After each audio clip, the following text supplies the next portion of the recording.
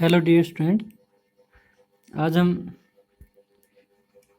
Class 12th की unit number 7 करने जा रहे हैं। यूनिट नंबर 7 जो आपकी बहुत ही इम्पोर्टेंट यूनिट है और +2 के हिसाब से देखें तो सबसे इम्पोर्टेंट यूनिट रहने वाली है, जिसका नाम है आपके पास है पी ब्लॉक एलिमेंट्स। क्या नाम है बच्चों इसका? P block elements. इस यूनिट के बारे में हमने जो पी ब्लॉक के एलिमेंट्स हैं उनकी डिटेल में हमें स्टडी करनी है बच्चों। अब जो पी ब्लॉक एलिमेंट्स हैं वो आपके कौन कौन से होते हैं बच्चों? आपका 13 ग्रुप होता है, 14 ग्रुप, 15 ग्रुप, 16 ग्रुप, 17 ग्रुप और 18 ग्रुप। हमारे जो 13 और 14 ग्रुप है, ये जो 2 ग्रुप हैं वो हमारे +1 क्लास में भी हमने स्टडी कर लिए थे। आज हमें पढ़ने हैं 15, 16, 17 और 18 ग्रुप पढ़ने हैं। ठीक है बच्चों। और इस चैप्टर को, या मैं ये कहूँ, ये जो जब तक हम 15 ग्रुप करेंगे बच्चों, ध्यान से सुनिए, ये जो 15 ग्रुप करेंगे वो आपका इम्पोर्टेंट है। मैं इसको इम्पोर्टेंट क्यों कह रहा हूँ बच्चों? क्योंकि अगर आपने 15 ग्रुप कर लिया ना तो आपने 50% पी ब्लॉक जो चैप्टर है अभी वो कंप्लीट कर लिया। क्योंकि बच्चों आपके पास ग्रुप में ना ज़्यादा आपके पास वेरिएशन नहीं आती है प्रॉपर्टीज़ के अंदर। जो नाइट्रोजन वाली फैमिली के पढ़ेंगे ना वही ऑक्सीजन फैमिली के, वही फ्लोरीन फैमिली के लिए। तो आप ना थोड़ा सा ध्यान रखना।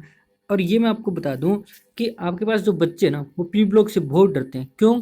क्योंकि इनमें जो बच्चों आपके पास रिएक्शन होती है ना, उस रिएक्शन का मैकेनिज्म नहीं होता। जैसे हमें ऑर्गेनिक रिएक्शन में तो मैकेनिज्म कर लेते हैं बच्चों, वैसे मैकेनिज्म नहीं होता। तो बच्चे सोचते हैं कि रट्टा लगाना है, याद करना है। तो मैं कहता हूँ आप थोड़ा सा इस लेक्चर को ध्यान से समझिए। अपने जो दिमाग के कपाट है ना वो खोल के रखिए। ठीक है। 1-2 लेक्चर, या मैं कहूँ जब तक मेरा आपको मैं नाइट्रोजन फैमिली नहीं करवा देता तब तक आप थोड़ा सा अपने दिमाग के कपाट खोल के रखें। यकीन मानिए आपको ये चैप्टर आसान लगेगा, कोई ज़्यादा मुश्किल नहीं। तो चलिए बच्चों स्टार्ट करते हैं आज का लेक्चर पी ब्लॉक।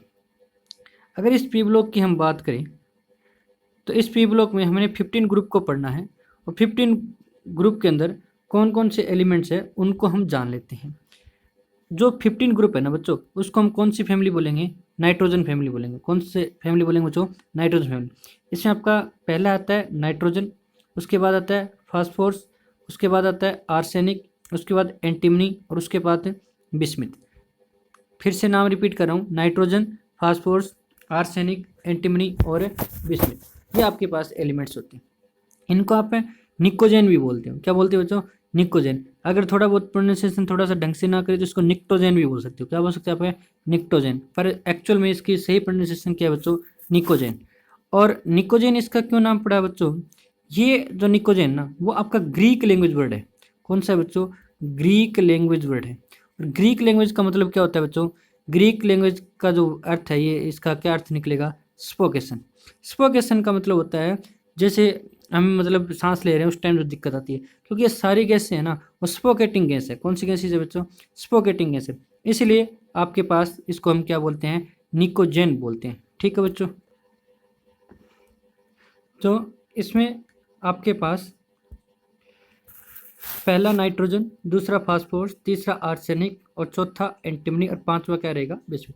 आप ध्यान से देखना, इसमें नाइट्रोजन जो है ना वो आपका नॉन मेटल्स है, फास्फोरस है वो भी आपके पास कैसा है? नॉन मेटल्स है। आर्सेनिक और जो एंटीमनी ना वो मेटल्स है। और बिस्मिथ आपके पास क्या रहने वाले बच्चों? मेटल। ये ध्यान रखें, बिस्मिथ क्या रहने वाला आपके पास है? मेटल। ठीक है। और इसका दूसरा नाम क्या आपके पास है? निकोजेन। ठीक है। ये आपके पास कौन सी फैमिली है बच्चों? नाइट्रोजन फैमिली है। ठीक है। नाइट्रोजन फैमिली से इंट्रोडक्शन हो गया। इस फैमिली में कितने सदस्य हम डिस्कस करेंगे? हम टोटल 5 इसके सदस्य को हम डिस्कस करेंगे। बिस्मथ तक हम पढ़ेंगे और इनके हर एक एलिमेंट्स को आप याद रख सकते हो। अपनी कोई भी ट्रिक बना सकते हो, जैसे नेपाल, पाकिस्तान, ऑस्ट्रेलिया, सब भिखारी। ठीक है ना? ऐसे भी आप याद कर सकते हो। ठीक है। तो आप ये जो एलिमेंट्स हैं वो अपने +1 में सारे याद कर लिए होंगे। तो एलिमेंट्स को आपको वैसे ही याद करना है। अगर इनकी इलेक्ट्रॉनिक कॉन्फ़िगरेशन को देखें बच्चों तो इनकी देखिए इलेक्ट्रॉनिक कॉन्फ़िगरेशन कैसी होगी। अगर मैं नाइट्रोजन की इलेक्ट्रॉनिक कॉन्फ़िगरेशन लिखना चाहूँ इसकी इलेक्ट्रॉनिक कॉन्फ़िगरेशन होगी 1s2 और दूसरी कौन सी हो जाएगी पास 2s2 और 2p3। तो मैं ये लास्ट वाली लिख देता हूँ, ठीक है। इसी तरह से अगर हम फास्फोरस की इलेक्ट्रॉनिक कॉन्फ़िगरेशन लिखना चाहें तो कैसे लिखेंगे 1s2 2s2 और 2p क्या लिख देंगे बच्चों 3, ठीक है 2p3। तो ये आपके पास, तो इसके s के अंदर भी 2 इलेक्ट्रॉन है, p के अंदर 3 इलेक्ट्रॉन है, इनके भी s के अंदर 2 इलेक्ट्रॉन है, p के अंदर। ये सेकंड पेड का है, सेकंड पेड का है तो आपके पास 2s2 2p3, थर्ड पेड का है तो 3s2 3p3, फोर्थ पेड का है तो 4s2 4p3, फिफ्थ पेड का है तो 5s2 5p3 और सिक्स पेड का है तो क्या आ जाएगा 6s2 6p3। और अगर इनके जनरल इलेक्ट्रॉनिक कॉन्फ़िगरेशन की बात करें तो इसके जनरल इलेक्ट्रॉनिक कॉन्फ़िगरेशन क्या रहने वाला बच्चों NS2 NP3, यानी S के अंदर 2 इलेक्ट्रॉन होंगे और N जो आपका P है उसके अंदर 3 इलेक्ट्रॉन होंगे, ठीक है बच्चों। तो इस तरह से इनकी इलेक्ट्रॉनिक कॉन्फ़िगरेशन भी आपको ध्यान रखनी है। और इनको सही मायने में लिखा जाए तो इनको बोलेंगे जनरल, यहाँ पे इलेक्ट्रॉनिक कॉन्फ़िगरेशन रहते हैं outer electronic configuration. General outer electronic configuration जो है वो आपकी NS2 NP3 में, क्योंकि हम बाहरी की इलेक्ट्रॉनिक कॉन्फ़िगरेशन लिख रहे हैं। अगर हम बात करें ऑक्सीडेशन स्टेट की, तो ऑक्सीडेशन स्टेट में आपको बच्चों सबसे पहले आपको क्या लिख लेना है इलेक्ट्रॉनिक कॉन्फ़िगरेशन लिख लेनी है बच्चों। सबसे पहले क्या लिख लेनी है इलेक्ट्रॉनिक कॉन्फ़िगरेशन। और उस इलेक्ट्रॉनिक कॉन्फ़िगरेशन के अंदर आपको क्या निकालना है बच्चों, आपको निकालना है नंबर ऑफ अनपेड इलेक्ट्रॉन। क्या निकालना है बच्चों नंबर ऑफ अनपेड इलेक्ट्रॉन। कितने नंबर ऑफ अनपेड इलेक्ट्रॉन है वो आपको निकालने हैं, ठीक है बच्चों। तो अनपेड इलेक्ट्रॉन कितने हैं वो हम देख लेते हैं। तो अगर S के बाद की बात करें तो S के अंदर कितने इलेक्ट्रॉन हैं 2। P जो है उसके अंदर ऑर्बिटल होते हैं बच्चों 3। और आपके पास इनके अंदर इलेक्ट्रॉन कितने हैं, इलेक्ट्रॉन तो 3 हैं। तो अनपेड इलेक्ट्रॉन कितने हैं 3। तो ये ऑक्सीडेशन स्टेट कितनी दिखाएगा बच्चों 3 ऑक्सीडेशन स्टेट दिखाएगा। अगर ये दूसरे एटम के साथ ऐसे एलिमेंट के साथ जुड़ा है जिनकी ऑक्सीडेशन स्टेट लो है और इसकी ज़्यादा है तो ये दिखाएगा -3। और अगर ये किसी अपने से ज़्यादा वाले इलेक्ट्रॉननेगेटिविटी एटम के साथ जुड़ा है तो उसकी ऑक्सीडेशन स्टेट कितनी आ जाएगी +3, ठीक। बट अगर हम बात करें फास्फोरस के केस में तो उनका जो इलेक्ट्रॉनिक 1s के अंदर 2 होते हैं, 2s के अंदर भी 2 होते हैं, 2p इसका 6 होता है, 3s2 होता है, 3p3 इसका d भी खाली होता है बच्चों। इसका मतलब इसके आगे जो d आता है ना वो ऑर्बिटल इसका क्या है खाली है। और d के अंदर 5 एटॉमिक ऑर्बिटल होते हैं। कितने एटॉमिक ऑर्बिटल होते हैं बच्चों 5 होते हैं, ठीक है। तो ये वाला जो इलेक्ट्रॉन है ना, ये वाला इलेक्ट्रॉन जो s का एक इलेक्ट्रॉन यहाँ से निकल कर जंप कर जाएगा कहाँ पे d के अंदर। कहाँ जंप कर जाएगा d के अंदर, ठीक है। तो इस तरह से आपके पास ये +5 ऑक्सीडेशन स्टेट भी शो कर सकता है। तो जनरल तौर पे बात की जाए तो कौन कौन सी ऑक्सीडेशन स्टेट शो करता है -3 +3 और +5 ऑक्सीडेशन स्टेट शो कर सकता है बच्चों, ठीक है। अब -3 +3 +5 तो हो गया। अब आपको ये देखना है कि जो -3 ऑक्सीडेशन स्टेट दिखाने की जो टेंडेंसी है वो टॉप टू बॉटम क्या हो रही है। अगर टॉप टू बॉटम की बात करें तो टॉप टू बॉटम क्या हो जाएगी बच्चों डिक्रीज हो जाएगी। क्या हो जाएगी डिक्रीज। डिक्रीज क्यों बोल रहा हूँ क्योंकि आपके पास जैसे जैसे टॉप टू बॉटम जाएंगे साइज क्या होगा पास है इंक्रीज होगा। और साइज अगर इंक्रीज होगा तो इलेक्ट्रॉन को अट्रैक्ट करने की पावर यानी इलेक्ट्रॉनिटी क्या हो जाएगी डिक्रीज हो जाएगी। तो इलेक्ट्रॉन डिक्रीज होगी तो इलेक्ट्रॉन को गेन नहीं कर पाएगा, अट्रैक्ट नहीं कर पाएगा। और जब इलेक्ट्रॉन को अट्रैक्ट नहीं कर पाएगा तो -3 यानी नेगेटिव चार्ज आने की पॉसिबिलिटी कम हो जाएगी। तो नाइट्रोजन -3 ऑक्सीडेशन स्टेट शो कर सकता है, फास्फोरस भी करता है पर वो इसके अंदर क्षमता कम होती है। बाकी तो बहुत ही कम ऑक्सीडेशन स्टेट शो करते हैं। अगर हम बात करें +3 की तो +3 जो ऑक्सीडेशन स्टेट शो कर रहे हैं वो सभी कर सकते हैं, ठीक है, जैसे टेबल में आपको दिखा भी रखा है। अब जो +3 शो कर रहा है ना इसमें आपको पास एक ध्यान रखना बिस्मथ की ज़्यादा स्टेबल ऑक्सीडेशन स्टेट कौन सी है +3। क्यों है बिस्मथ की जो ऑक्सीडेशन स्टेट में जो स्टेबल ऑक्सीडेशन स्टेट बता रहा हूँ बच्चों वो कौन सी बता रहा हूँ +3।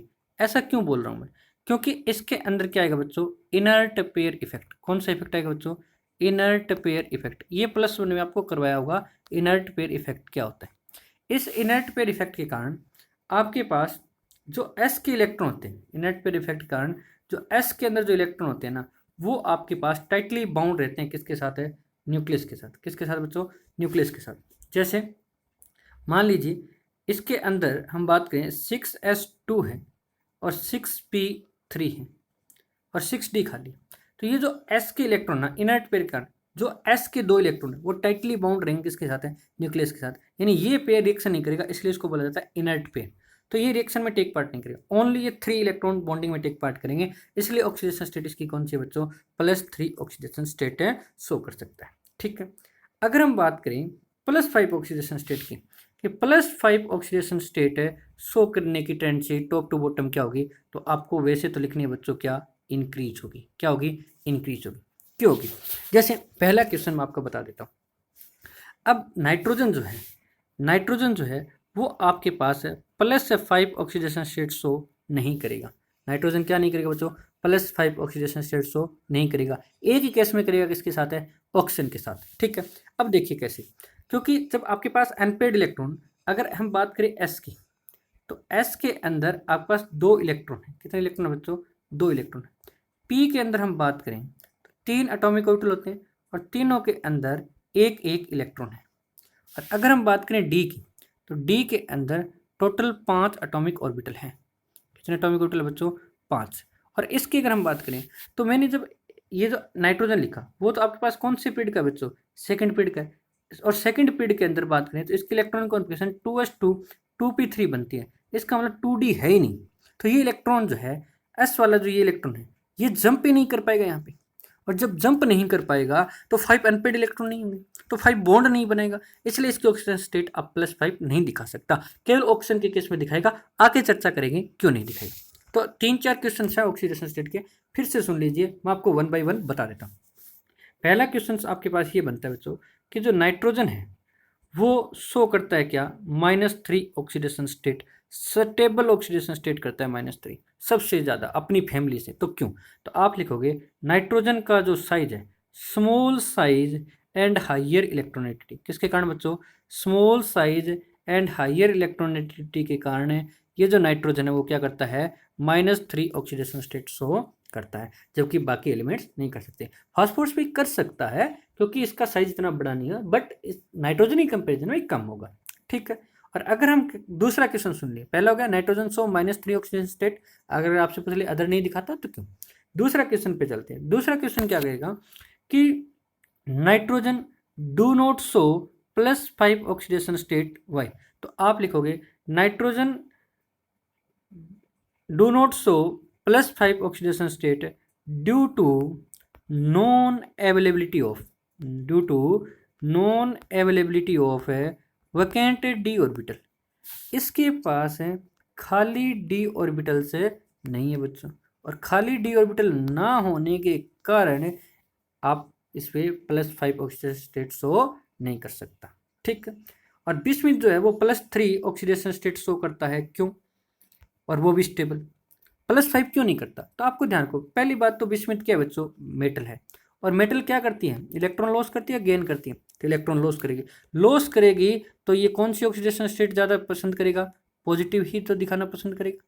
कौन सी ऑक्सीडेशन स्टेट शो करेगा, पॉजिटिव ऑक्सीडेशन स्टेट शो करेगा। अब +3 क्यों दिखाएगा, इसके पास तो डी ऑर्बिटल है ना। हमने कहा कि नाइट्रोजन +5 नहीं दिखाता, क्यों नहीं दिखाता, क्योंकि उसके पास डी वैकेंट ऑर्बिटल नहीं है। तो बिस्मिथ में ये नहीं कहोगे कि वैकेंट डी ऑर्बिटल नहीं है, सेकंड पीरियड के अंदर नहीं होते, या हम क्या, सॉरी, सेकंड सेल के अंदर नहीं होते, बाकी तो सभी सेल के अंदर क्या आ जाते हैं, पास डी ऑर्बिटल आना स्टार्ट हो जाता है।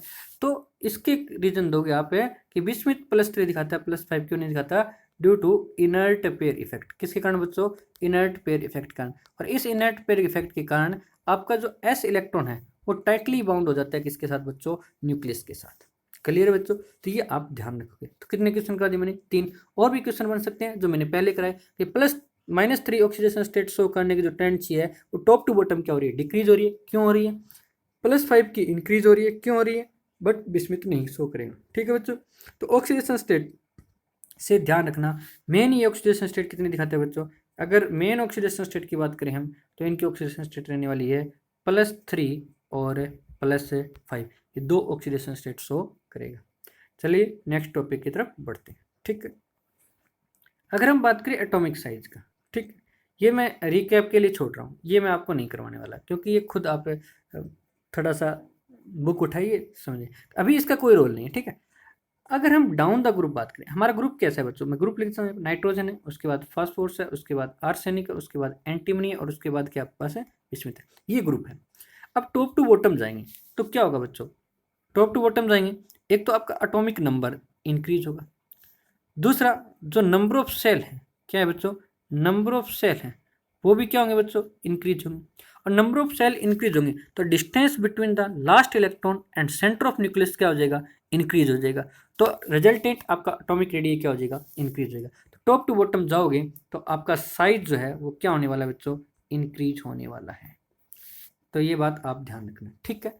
समझ में आ गया क्यों होगा, क्योंकि टॉप टू बॉटम जाएंगे तो आपके पास एटॉमिक नंबर इंक्रीज होगा, नंबर ऑफ सेल इंक्रीज होंगे, न्यूक्लियर चार्ज भी इंक्रीज होगा, but number of shell increase होने के कारण लास्ट इलेक्ट्रॉन और सेंटर ऑफ न्यूक्लियस के बीच की डिस्टेंस इंक्रीज हो जाएगी, रिजल्टेंट आपका एटॉमिक साइज रेगुलरली इंक्रीज हो जाएगा। जबकि रिकैप इसलिए दिया गया था कि इस फैमिली की बात करें, बोरोन वाले फैमिली की और कार्बन वाले फैमिली की बात करें तो इनमें रेगुलरली इंक्रीज नहीं हो रहा था बच्चों, ठीक है।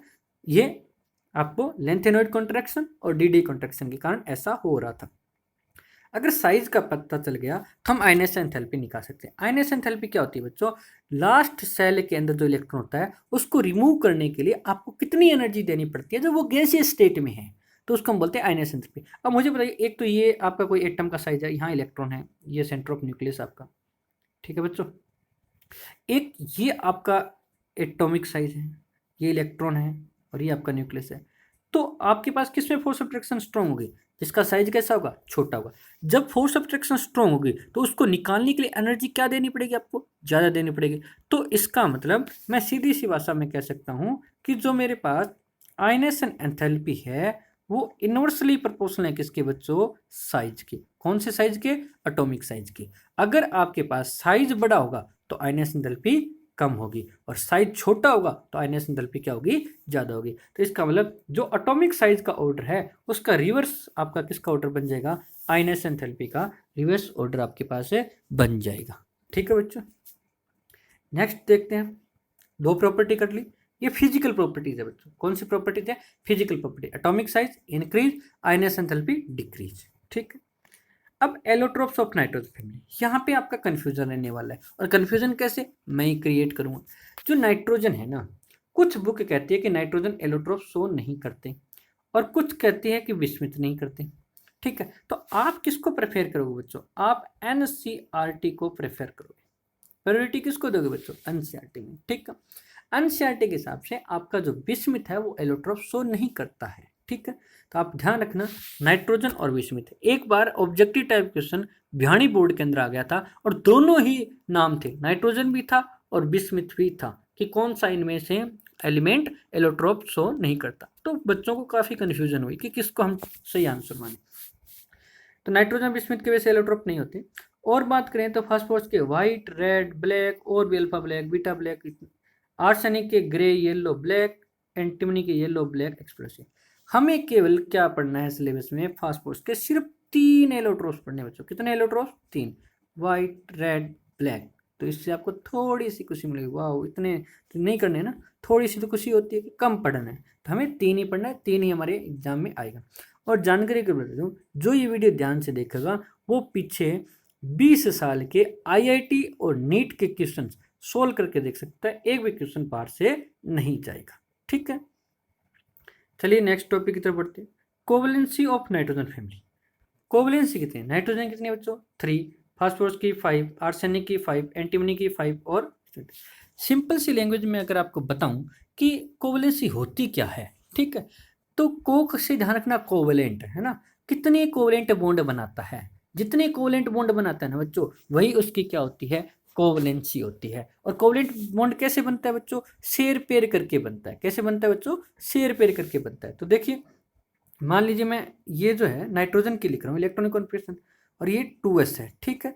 और ये कितना है, ये कौन सा है, मान आएगा नेक्स्ट आगे 2p आएगा। तो 2s के अंदर कितने इलेक्ट्रॉन है बच्चों, 2, और p के अंदर कितने, 3। तो 3 अनपेड इलेक्ट्रॉन 3 शेयर पेयर करें तो कितने कोवलेंट बॉन्ड बनेंगे, 3। और ये 5 तो नहीं बना सकता ना। जबकि फास्फोरस की बात करें तो फास्फोरस क्या करता है बच्चों, आपके पास 5 कोवलेंट बॉन्ड बना सकता है। वो कैसे बना सकता है, क्योंकि उसके पास कौन सा ऑर्बिटल खाली है बच्चों, डी ऑर्बिटल खाली है। तो एस वाला जो एक इलेक्ट्रॉन है वो जंप कर जाएगा कहाँ पे, डी में, और पी के अंदर 3 है ही, तो शेयर पेयर करके कितने कोवेलेंट बॉन्ड बना लेगा, 5। तो इसकी कोवेलेंसी कितनी हो जाएगी बच्चों, 5। अब आपसे पूछ ले कि नाइट्रोजन 5 कोवेलेंसी शो नहीं करता, तो आपको ध्यान रखना है क्यों नहीं करता बच्चों, क्योंकि उसके पास वैकेंट डी ऑर्बिटल नहीं है। ठीक है, बाकी कर सकते हैं। अब देखिए एक एग्जांपल से और क्लियर कर दूं। जैसे मैं एग्जांपल ले रहा हूं मैं NH3 का, किसके एग्जांपल ले रहा हूं, NH3 का। नाइट्रोजन के लार्ज सेल में कितने इलेक्ट्रॉन होते हैं बच्चों, 5 इलेक्ट्रॉन होते हैं। तो जिनमें से 3 इलेक्ट्रॉन शेयर पेयर हो जाते हैं, किसके साथ है, 3 हाइड्रोजन एटम के साथ है, एंड फॉर्म द अमोनिया। किसका फॉर्मेशन करते हैं बच्चों, अमोनिया का फॉर्मेशन करते हैं। तो इसमें कितने कोवेलेंट बॉन्ड, 3। ये तो आपका पेयर है ना, जो एस के 2 इलेक्ट्रॉन, ये तो एनपेड ही नहीं है, शेयर पेयर होंगे ही नहीं, तो इसलिए कोवेलेंसी 3 होगी। बट आपसे ये क्वेश्चन पूछ ले कि मैक्सिमम कोवेलेंसी कितनी होगी, क्या पूछ ले बच्चों कि मैक्सिमम कोवेलेंसी क्या होगी, तब क्वेश्चन आपका आंसर जो आएगा उस क्वेश्चन का वो बदल जाएगा। मैक्सिमम कोवेलेंसी मतलब ज़्यादा से ज़्यादा कोवेलेंट बॉन्ड कितने बना सकता है, उसकी अगर हम चर्चा करें तो आपके पास नाइट्रोजन हो जाएगा 4 और फास्फोरस आर्सेनिक एंटीमनी की हो जाएगी 6, यानी एक एक आपको क्या करना है, बढ़ा देना है। अब आपसे पूछेगा कि ऐसा क्यों हुआ, तो उसका रीजन भी जान लेते हैं बच्चों। एक एक बढ़ा दिया। How nitrogen can show maximum covalency 4, तो नाइट्रोजन के पास लोन पेयर था ना, जब वो H पॉजिटिव आएगा, क्या आएगा बच्चों, H पॉजिटिव। H पॉजिटिव मतलब उसके पास खाली ऑर्बिटल है, तो ये जो लोन पेयर है उनमें से एक इलेक्ट्रॉन नाइट्रोजन अपने पास रख लेगा और एक इलेक्ट्रॉन किसको दे देगा, हाइड्रोजन को दे देगा। जैसे एक इलेक्ट्रॉन हाइड्रोजन को देगा तो हाइड्रोजन पे कौन सा चार्ज देगा, नेगेटिव। नाइट्रोजन ने एक इलेक्ट्रॉन लॉस कर दिया तो कौन सा चार्ज आएगा, पॉजिटिव, और शेयर पे करके बॉन्ड बना लिया। तो नाइट्रोजन पॉजिटिव आ गया, हाइड्रोजन पे चार्ज हट जाएगा, क्योंकि आपके पास हाइड्रोजन पर पहले पॉजिटिव चार्ज था, एक इलेक्ट्रॉन लेने के बाद उस पर कौन सा चार्ज आ गया, नेगेटिव। पॉजिटिव नेगेटिव क्या हो जाएंगे, न्यूट्रल हो जाएंगे। तो NH4 पॉजिटिव, यानी NH4 पॉजिटिव जो होता है उस केस में ऑक्सीडेशन स्टेट क्या होती है बच्चों, सॉरी मैक्सिमम कोवेलेंसी क्या होती है इसकी, 4। और इसका क्या नाम होता है बच्चों, इसका नाम होता है अमोनियम। क्या नाम होता है बच्चों, अमोनियम होता है। क्या नाम होता है, अमोनियम। कर लोगे। तो दिस कैन फॉर्म बॉन्ड, और कौन सा bond, coordinate bond, using one lone pair present at nitrogen. अब आप कहोगे कि तो नाइट्रोजन जो फास्फोरस है वो 6 कैसे बना, उन्होंने तो क्या किया, 5 बनाया। तो उसके पास क्या है, लास्ट में डी ऑर्बिटल खाली है, जैसे PCl6 नेगेटिव। कौन सा बच्चों, PCl6 नेगेटिव। PCl6 नेगेटिव कैसे होता है बच्चों, एस के अंदर अगर उसके फैमिली की बात करें, उसके इलेक्ट्रॉनिक कॉन्फिगरेशन की बात करें फास्फोरस के, तो एस आ गया, फिर कौन सा आ जाएगा, पी आ जाएगा, और उसके बाद कौन सा आ जाएगा पास है, डी आ जाएगा। इनके अंदर एक इलेक्ट्रॉन, एक एक इलेक्ट्रॉन इनके है, एक इलेक्ट्रॉन यहाँ है। तो ये तो शेयर पेयर करके कितने बना लिए, 5। और जो एक Cl6 नेगेटिव आएगा, जो लोन पेयर लेके आएगा वो लोन पेयर यहाँ आ जाएगा बच्चों, वो लोन पेयर यहाँ आ जाएगा, और एक एक इलेक्ट्रॉन यहाँ आ जाएंगे, क्लोरीन के सारे पेयर्ड हो जाएंगे। अब आपके पास यहाँ पे क्या क्लियर हुआ कि जो फास्फोरस है वो मैक्सिमम कोवेलेंसी कितनी दिखाता है, 6। क्यों दिखाता है, due to accept of electron pair. जबकि नाइट्रोजन मैक्सिमम कोवेलेंसी 4 दिखाता है, क्यों, due to donate of electron pair, क्योंकि वो इलेक्ट्रॉन पेयर को डोनेट कर देता है, जबकि फास्फोरस क्या करता है, इलेक्ट्रॉन पेयर को एक्सेप्ट कर लेता है। ठीक है बच्चों, नाइट्रोजन के पास डी ऑर्बिटल है नहीं तो वो एक्सेप्ट तो कर नहीं पाएगा। ठीक है, तो maximum covalency of nitrogen family यहाँ पे देखिए PCl5 में तो कोवेलेंसी 5 है, due to excited state electronic configuration. अच्छा, एक्साइटेड स्टेट कॉन्फिगरेशन क्या होती है बच्चों, जब आप एक इलेक्ट्रॉन, जैसे मैंने S से ना D के अंदर जंप करवाया एनर्जी देके, तो वो एक्साइटेड स्टेट होती है। इलेक्ट्रॉन जब अपने लोअर एनर्जी से हायर एनर्जी एटॉमिक ऑर्बिटल के अंदर चला जाता है ना, तो उसको हम क्या बोलते हैं कि वो एक्साइटेड स्टेट के अंदर आ चुका है। और नॉर्मल PS3 होता है तो उसमें 3 होती है, जबकि PCl6 due to D orbital के कारण वो कितनी कोवेलेंसी दिखा सकता है बच्चों, 6 कोवेलेंसी दिखा सकता है। ठीक है, उसके बाद बिस्मिथ है, वो आपके पास कोवेलेंसी कितनी दिखाता है, 3। तो due to inert pair effect, वो S वाले ना D के अंदर जंप नहीं कर पाएगा, इसके पास डी ऑर्बिटल तो है, बट फिर भी इनर्ट पेयर इफेक्ट के कारण जो S के 2 इलेक्ट्रॉन जो मैंने अभी बताया वो टाइटली बाउंड होंगे न्यूक्लियस के साथ, वो आप जंप नहीं कर पाओगे। तो due to inert pair effect, inner 6s2 electron do not participate in bonding, only 3 electron can form bond, so covalency of bismuth is 3। ठीक है बच्चों, समझ में आ रहा होगा। Atomicity of nitrogen family. सबसे पहले हम पढ़ते हैं कैटिनेशन क्या होता है। Catenation is the binding of an element to itself through the covalent bond, यानी अपने आप के साथ कितने कोवेलेंट बॉन्ड बना सकता है खुद के साथ, उसको हम क्या बोलते हैं, कैटिनेशन बोल सकते हैं। अब कैटिनेशन किसका स्ट्रॉन्ग होगा, वो अगर हम बात करें, यहाँ पे आगे लिखा हुआ है, चलो हम आगे चर्चा करेंगे। इसमें अगर हम बात करें तो atomicity is defined as total number of atom that form a molecule. एक मॉलिक्यूल बनाने के लिए कितने एटम जुड़े हैं वो आपके पास कैसा होगा, उसको क्या बोलेंगे दोस्तों, एटॉमिसिटी। जैसे नाइट्रोजन 2, फास्फोरस 4, आर्सेनिक 4, एंटीमनी 4। अब आपके मन में दो क्वेश्चन उठे कि नाइट्रोजन टेट्राटॉमिक क्यों नहीं बनाया और फॉस्फोरस ने डायटोमिक क्यों नहीं बनाया, है ना, है तो एक ही फैमिली के। तो नाइट्रोजन टेट्राटॉमिक की नेचर क्यों नहीं है, जबकि फॉस्फोरस आपका डायटोमिक की नेचर क्यों नहीं है, ठीक है। बिस्मिथ मेटालिक बॉन्डिंग बनाता है। अब आपके पास देखिए नाइट्रोजन के पास क्या होता है बच्चों, लोन पेयर होता है, ठीक है। ये एक सिंगल बॉन्ड मैंने बना दिया। ऐसे ही मैंने फॉस्फोरस के अंदर इस साइड बना देता हूँ, ये फॉस्फोरस का बना दिया। अब आपके पास ये जो इसका सिंगल बॉन्ड जो है ना वो स्ट्रॉन्ग होगा, उसका कैटिनेशन प्रॉपर्टी अच्छा होगा। तो catenation property is directly proportional to the strength of the single covalent bond. Single covalent bond की आपको स्ट्रेंथ निकालनी है। अगर वो स्ट्रेंथ या बॉन्ड हम की स्ट्रेंथ मतलब ज़्यादा आई, मतलब स्ट्रॉन्ग आया, तो हम उसको बोलेंगे गुड कैटिनेशन प्रॉपर्टी शो करेगी। तो नाइट्रोजन क्यों नहीं करता, नाइट्रोजन का साइज कैसा है, छोटा। ध्यान से सुन लीजिए कि एक बात, हर एक वर्ड मेरा इंपॉर्टेंट है। नाइट्रोजन का साइज छोटा होता है due to small size and due to presence of lone pair there is a huge repulsion. Huge repulsion मतलब बहुत ज़्यादा रिपल्सन होती है इनके बीच में, और ये एक दूसरे को कहाँ धकेल देंगे बच्चों, दूर धकेल देंगे। कहाँ धकेल देंगे बच्चों, इनको दूर। तो ये बॉन्ड क्या हो जाएगा, वीक हो जाएगा। जबकि फॉस्फोरस के अंदर साइज बड़ा होगा तो ये थोड़े दूर दूर पहले से ही होंगे, तो इन लोन पेयर के बीच में रिपल्सन क्या होगी, कम होगी। तो बच्चों समझ में आया नाइट्रोजन की गुड कैटिनेशन प्रॉपर्टी क्यों नहीं है, क्योंकि आपके पास due to small size and presence of lone pair there is a huge repulsion, there is a large repulsion between the lone pair, therefore the strength of the covalent bond is weak, ठीक है। तो ये bond जो बनेगा वो कैसा बनेगा, week बनेगा, जबकि फॉस्फोरस का इतनी रिपल्सन नहीं होगी, ठीक है। तो हम जान लेते हैं अगली स्लाइड के अंदर क्या, जैसे दोनों क्वेश्चन के answer, nitrogen do not form N4 और why nitrogen do not show catenation. Catenation is directly proportional to strength of single bond between atoms. जिस एटम का सिंगल बॉन्ड स्ट्रॉन्ग होगा वो कैटिनेशन शो करेगा, या जिस एटम का सिंगल बॉन्ड स्ट्रॉन्ग होगा वो लॉन्गर चेन बनाएगा।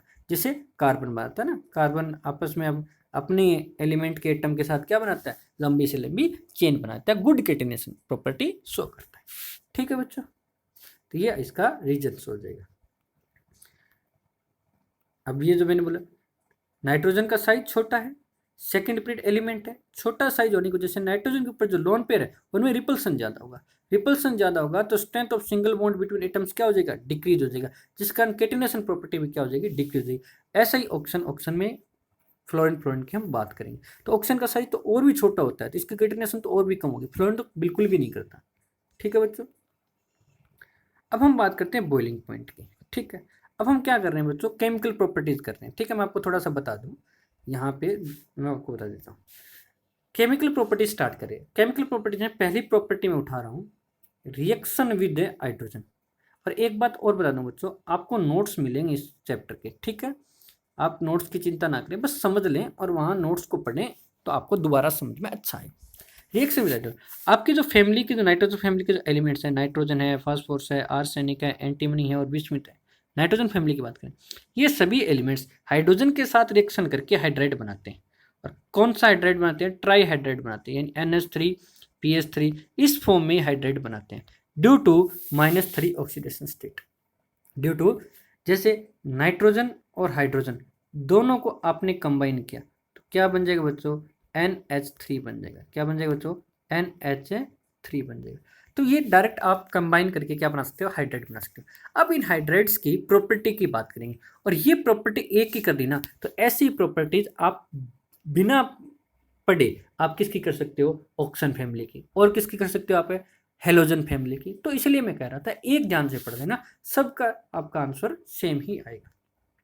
तो सबसे पहले हम बात करते हैं बॉइलिंग पॉइंट की, NH3 PH3 ASH3 SPH3 BH3।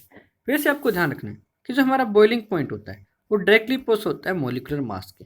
Boiling point किसके डायरेक्टली पोस्ट होता है बच्चों? मॉलिक्यूलर मास के। जिसका मॉलिक्यूलर मास ज़्यादा होगा बॉइलिंग पॉइंट उसी का ज़्यादा होगा। तो उस हिसाब से आप क्या कहोगे? तो फिर सर टॉप टू बॉटम जाएंगे तो आपका बॉइलिंग पॉइंट क्या होता है? इंक्रीज होना चाहिए। सबसे ज़्यादा बिस्मिथ का होना चाहिए, ठीक है। फिर एंटीमनी हाइड्राइड का होना चाहिए, ठीक है। उसके बाद आर्सेन का आना चाहिए, पर आपने क्या लिख दिया? NH3 लिख दिया। तो ये NH3 क्यों होता है बच्चों? ये 3 केस हर फैमिली के अंदर आएंगे। जैसे NH3 नाइट्रोजन फैमिली में, ऑक्सीजन फैमिली की बात करें तो H2, और अगर हम फ्लोरीन फैमिली की बात करें तो HF। ये जो आपके पास बॉन्ड होते हैं ना, नाइट्रोजन हाइड्रोजन, हाइड्रोजन ऑक्सीजन और हाइड्रोजन फ्लोरीन के बीच में, ये हाइड्रोजन बॉन्डिंग कहलाता है। और हाइड्रोजन बॉन्डिंग कारण मॉलिक्यूल एसोसिएट रहते हैं, तो इस कारण इनका बॉइलिंग पॉइंट ज़्यादा होता है, पर इतना भी ज़्यादा नहीं होता कि वो बिस्मिथ हाइड्राइड के भी क्रॉस कर जाए। तो ये आपका ध्यान रखना है बच्चों, ठीक है। तो आपसे पूछ रहे आपका क्वेश्चन क्या बनेगा, मैं आपको बता देता हूँ। एनसीईआरटी में आप साथ के साथ एक्सरसाइज कीजिए, बहुत बड़ा चैप्टर है, बाद में मत कीजिए आप साथ के साथ 2-4 क्वेश्चन आप देखिए, इन टेक्स्ट के एक्सरसाइज के देखना, बहुत अच्छी तरीके से आप सोल्व कर पाओगे, ठीक। पहला क्वेश्चन क्या आएगा बच्चों, इसको मैं बता देता हूँ कि PH3 have lower boiling point as compare to NH3। इसका नाम होता है फॉस्फाइन और इसका होता है अमोनिया, यानी अमोनिया का बॉइलिंग पॉइंट ज़्यादा होता है PH3 से। ऐसा क्यों? तो आप लिखोगे कि नाइट्रोजन का जो साइज है वो छोटा है, और छोटा होने के कारण it form hydrogen bonding with it form hydrogen bonding, and due to hydrogen bonding the molecule of NH3 means ammonia, molecules of ammonia are associated with each other, resultant the boiling point of ammonia is high due to is high as compare to PH3। और hint में आपको एक ही काम याद रखना है, word due to hydrogen bonding, due to hydrogen bonding. और bismuth वाला ये मेटल है, मेटल में वैसी बॉन्डिंग स्ट्रॉन्ग होती है, तो आपका बॉइलिंग पॉइंट क्या होता है? हाईएस्ट होता है। बाकी आप boiling point directly proportional to molecular mass कर लोगे बच्चों, बहुत इंपॉर्टेंट प्रॉपर्टी करवाइए, ठीक है। नेक्स्ट प्रॉपर्टी की तरफ हम बढ़ते हैं। नेक्स्ट प्रॉपर्टी देखिए क्या आती है, थर्मल स्टेबिलिटी, मतलब कौन सा बॉन्ड जल्दी से नहीं टूटेगा, ठीक है बच्चों। अब आप ध्यान से देखिए, मैंने कहा कि NH3 टू PH3 दो ही कंपेयर करवा देता हूँ, बहुत है, ठीक है। NH3 का साइज कैसा है? उस केस में नाइट्रोजन छोटा है, और फास्फोरस का कैसा है? बड़ा है। इसके साथ अगर हाइड्रोजन एटम जुड़ेगा ना, तो इनकी बॉन्ड लेंथ क्या होगी? ज़्यादा होगी। टॉप टू बॉटम जाएंगे, एटॉमिक साइज इंक्रीज होगा, एटॉमिक साइज इंक्रीज होगा तो ओवरलैपिंग अच्छी नहीं होगी, या हमकी बॉन्ड लेंथ ज़्यादा हो जाएगी, और बॉन्ड लेंथ ज़्यादा होने का मतलब बॉन्ड वीक हो जाएगा। एक तो बॉन्ड लेंथ कम होगा तो बॉन्ड स्ट्रॉन्ग होगा, और बॉन्ड लेंथ ज़्यादा होगी तो बॉन्ड क्या हो जाएगा बच्चों? वीक हो जाएगा। और अगर बॉन्ड वीक हो गया तो आसानी से टूट जाएगा, थोड़ा सा टेम्परेचर देते। इसका thermal stability top to bottom जा रहे हैं बच्चों, क्या हो रही है? डिक्रीज हो रही है। क्या हो रही है बच्चों? डिक्रीज। क्यों हो रही है बच्चों? क्योंकि टॉप टू बॉटम जाएंगे, एटॉमिक साइज इंक्रीज होगा, और एटॉमिक साइज इंक्रीज होगा तो आपके पास ओवरलैपिंग अच्छी नहीं होगी, बॉन्ड स्ट्रॉन्ग नहीं होगा। तो on giving thermal energy which compound stable, thermal stability का मतलब है अगर हम उसको हीट दें, थर्मल एनर्जी दें, तब कौन सा कंपाउंड स्टेबल है। तो as we go down the group atoms become larger, so overlapping is not good, therefore bond becomes weaker. तो NH3 का थर्मल स्टेबिलिटी सबसे ज़्यादा, PH3 का कम, ASH3 का कम, SbH3 का उससे कम, और BH3 का कम। ये थर्मल स्टेबिलिटी का ऑर्डर रहेगा। कर लोगे बच्चों, बिल्कुल आसान सा था ना, कि बॉन्ड लेंथ जिसकी ज़्यादा होगी स्टेबिलिटी कम होगी, और बॉन्ड लेंथ जिसका साइज ज़्यादा होगा आपके पास बॉन्ड लेंथ उसकी ज़्यादा होगी, और टॉप टू बॉटम जाएंगे तो आपके पास एटॉमिक साइज इंक्रीज होगा, ठीक है। नेक्स्ट है रिड्यूसिंग करेक्टर। रिड्यूसिंग करेक्टर कैसे है? मान लो ये NH3 है ना, ये NH3 क्या करता है? एक हाइड्रोजन दे देता है, वैसे सारी दे देगा बट एक हाइड्रोजन दे दे। जैसे मान लो मैं ये से लिख दूँ H पॉजिटिव दे दे और NH2 नेगेटिव दे दे। अगर ऐसा हुआ तो ये हाइड्रोजन किसी दूसरे में ऐड होगा, तो जब इसके अंदर हाइड्रोजन ऐड होगा उसकी क्या होगी? रिडक्शन होगी। किसने करवाई रिडक्शन? NH3 ने करवाई। तो ये कौन सा एजेंट हो गया बच्चों? रिड्यूसिंग एजेंट हो गया। तो जो हाइड्रोजन देगा वो रिड्यूसिंग एजेंट होगा, और जो हाइड्रोजन इजिली रिलीज करेगा उसका रिड्यूसिंग करेक्टर भी क्या होना चाहिए? ज़्यादा या कम? सोच लीजिए, जो आपके पास इजिली रिलीज करेगा हाइड्रोजन उसका रिड्यूसिंग करेक्टर क्या होना चाहिए? फिर जल्दी दे देगा तो जल्दी रिडक्शन करवा देगा, तो रिड्यूसिंग करेक्टर उसका क्या हुआ? ज़्यादा। अब बताइए, जिसकी थर्मल स्टेबिलिटी ज़्यादा होगी वो इजिली रिलीज करेगा या जिसकी थर्मल स्टेबिलिटी कम होगी वो इजिली रिलीज करेगा? तो सबैक्सिक होगी जिसका बॉन्ड वीक होगा, और बॉन्ड वीक किस में था? जिसकी थर्मल स्टेबिलिटी क्या थी? कम थी। बॉन्ड वीक होगा तभी तो इजिली रिलीज करेगा हाइड्रोजन, और इजिली रिलीज करेगा हाइड्रोजन तो रिड्यूसिंग करैक्टर क्या होगा उसका? ज्यादा होगा। तो बच्चों इसका थर्मल स्टेबिलिटी का रिवर्स हो जाएगा, ठीक है। तो इसमें क्या होगा? Reducing character of that compound will be more which release hydrogen easily, since down the group bond becomes week so bond can be broken easily. तो जो थर्मल स्टेबिलिटी का ऑर्डर था उससे रिवर्स किसका हो जाएगा बच्चों? रिड्यूसिंग करैक्टर का ऑर्डर हो जाएगा, ठीक है। बेसिक नेचर, इसमें एक स्टेटमेंट यूज की है, कद्दू कटेगा तो सब में बटेगा। सबसे पहले बेस, इसमें 2-3 क्वेश्चन बनते हैं, मैं आपको बता देता हूँ। सब पहला क्वेश्चन ये आएगा बच्चों कि NH3 एक्ट एज ए बेस, वही तो आपको ध्यान देना है कि NH3 act as a Lewis base. आप एसिड बेस और की जो डेफिनेशन थी +1 में याद कीजिए, आरएनएस कंसेप्ट, ब्रोंस्टेड कंसेप्ट, और हमने लुईस कंसेप्ट की बात की। तो लुईस क्या कहता है कि जो इलेक्ट्रॉन जो आपके पास है H पॉजिटिव को एक्सेप्ट कर लेता है, ठीक है ना, या हम कहें जो इलेक्ट्रॉन पे डोनेट कर देता है ना, वो क्या होता है बच्चों? बेस होता है। तो NH3 क्या करेगा?